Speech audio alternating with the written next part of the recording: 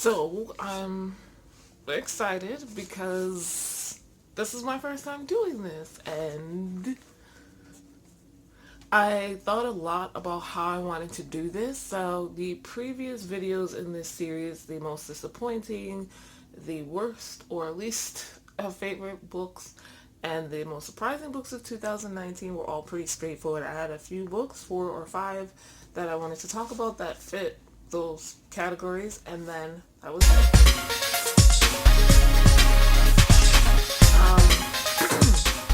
Now, I have 5 favorite books, but I can't like rank them.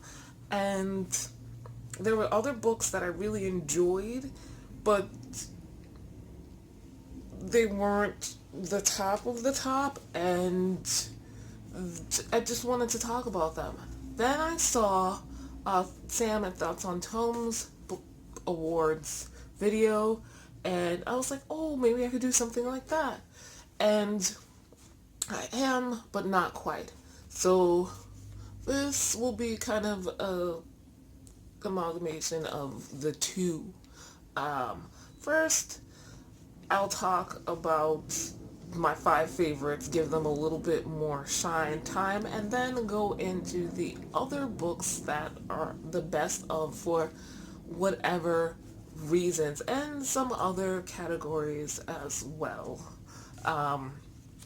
within certain books. But since that means this is going to be kind of long, let me get into it. So,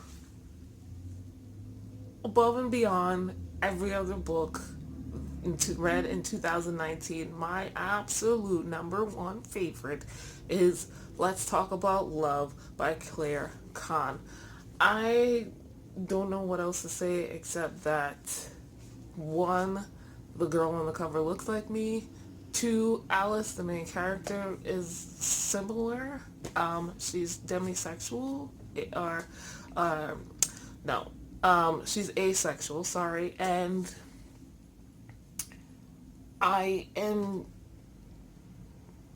demi, and on that scale, I don't really talk about it, so this is a little awkward. Sorry, but anyway, and she's creative, she's fun, she's sarcastic, and I just, it was a well-written book, and I love the relationship dynamics with her and her friends, her best friends, who are now in a relationship. And let me tell you, it gets harder because I'm at the age where all of my friends are getting married, and I'm not even in a serious relationship. So that's been the last 10 years of my life.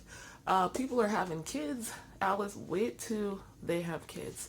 And then, like,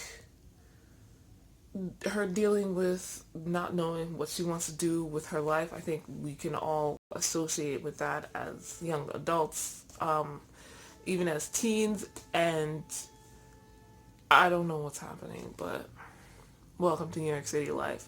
Someone's being an asshole. So yeah, and then the love interest, her working at a library too. I want to work at a library. I'm actually going to apply to do so soon. But yeah, they just, everything about this, from the cover to the content to the way it's written, nothing bad about this book can be said. Next, favorite, autobiography by Christina Lauren. So I have not read a Christina Lauren book. This was the first one I picked up.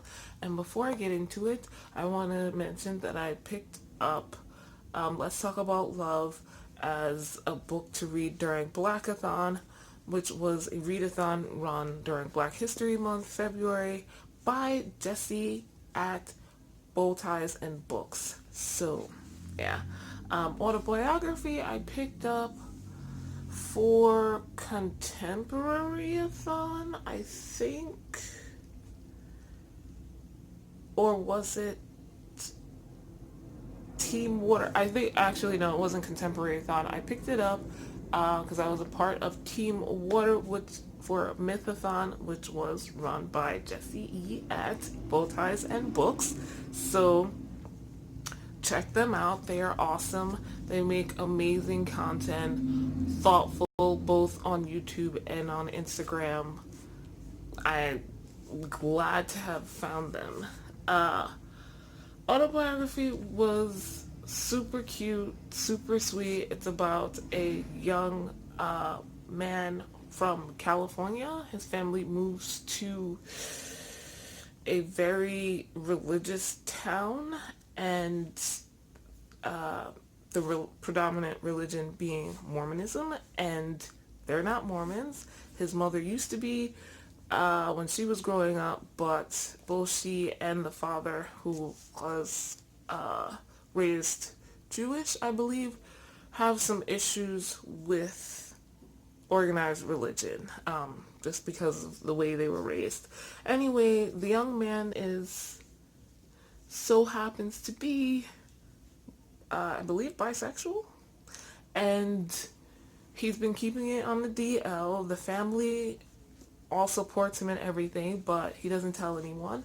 He's in high school. This is last year he's about to start, and he meets a guy who is a former student of the school who's there to help with a special writing program. And he is successful because while he was in the school, he wrote a book in his program that is about to be published. But this guy is the son of a prominent church member. I forget what the title is, but a prominent Mormon church member and raised Mormon, and it's kind of like hear no evil, see no evil, speak no evil when it comes to LGBT things, and having family members that may or may not be, as long as they don't do it and they don't show it and no one talks about it, and everything's fine. Otherwise, it's kind of a excommunication of from family and church even. So they're dealing with that. There's religious stuff, and honestly, the romance was absolutely adorable. It warms my heart. It's everything that I like about romance in books. Um, I guess when we're talking about like YA, at least there, it was just so great. I'm okay with how it ended. It was very realistic, in my opinion. I'm not representative of any of those lifestyles or religions or sexualities or even genders, so I can't speak except for about my enjoyment and pleasure. And another great one is my first Christina Lauren book, and I'm looking forward to reading more. Next, Winnie the Pooh by A.A. Milne. Yeah, surprised you there, didn't I? I surprised myself. I wasn't planning on reading this. I wanted to one day, but Gavin Hetherington created in November the Believeathon, which was a middle grade children's book readathon, and I decided to read a bunch of children's classics because those are really the only children's books I know. The first one I read and loved and was Winnie the Pooh by A.A. Milne. Winnie the Pooh is a story that I know, that I enjoy. I've seen plenty of the cartoons, the animated movies, and I may have been read some stories as a child, but that was so long ago I don't remember. And I picked up the story and I loved it. I like the format. It's told by A.A. Milne like he was reading it to his son Christopher Robin, and I also love that backstory. Like, this is a man who randomly decided to create these stories for his child, and use both his imagination and his son's, and for entertainment, for comfort, and then for friendship even, and then the other people found out about them and told him that he should write them down, and he did, and it's become this phenomenon. The characters in Winnie the Pooh are non-judgmental, and the friendship group is amazing, obviously, and it's just really comforting, super comforting, to the point where I was just like, oh my god, I love this, I love this. That's amazing. So I'm super glad I actually finally got to read the original works, and they made it to my favorites of the year. Last but not least, definitely The Education of Margot Sanchez. Now, it was really hard because I wanted to put the Poet X in here, and we'll talk about that in a second. But the ending of this book did not go where I was expecting it to, but still went someplace good. It's about a young Latina who's living in the Bronx. It's the Bronx. Riverdale is the Bronx. And she has had been sent to a prestigious high school, as her Hispanic parents want her to do better in life than they have, even though they're pretty successful. And her interpretation of that gets her into trouble. She winds up with the wrong crowd, and they encourage her to steal from her father, to use his credit card to buy clothes. She obviously gets caught because hello statements, and her dad cancels her trip out to the Hamptons with said friends and says, no, you have to work in the family supermarket, which they own. And she does. And she meets a whole bunch of different characters and sees different sides of her parents and her brother and her friends eventually. And it's just so not only relatable as a New Yorker, as a Latina, as a girl, as a female. I remember teenage years. It's crazy.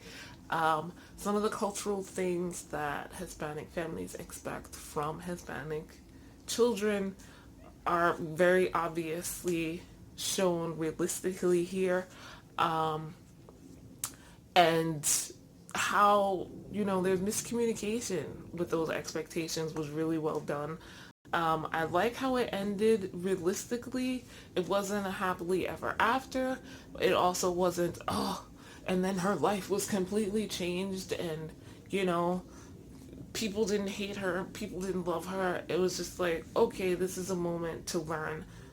It was The Education of Margot Sanchez, and this is, I forgot to mention, written by Lilian Rivera, and thanks so much for that. And those were my favorite books of 2019. But, like I said, there are others.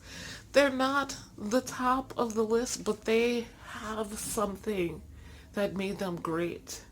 They are the best at some category. And so I'm doing a best of video. That is the next video coming out. So if you like this one, hit the like button and subscribe so you know when that best of video comes out, because it's coming out right after this one, as are my reading stats for 2019 and also whatever other bookish content. So subscribe if you want to see my previous bookish content. You can find it all in the Magical Librarian playlist. You want to be my friend on social media or on Goodreads, links all down in the description below. Thanks so much for watching, guys.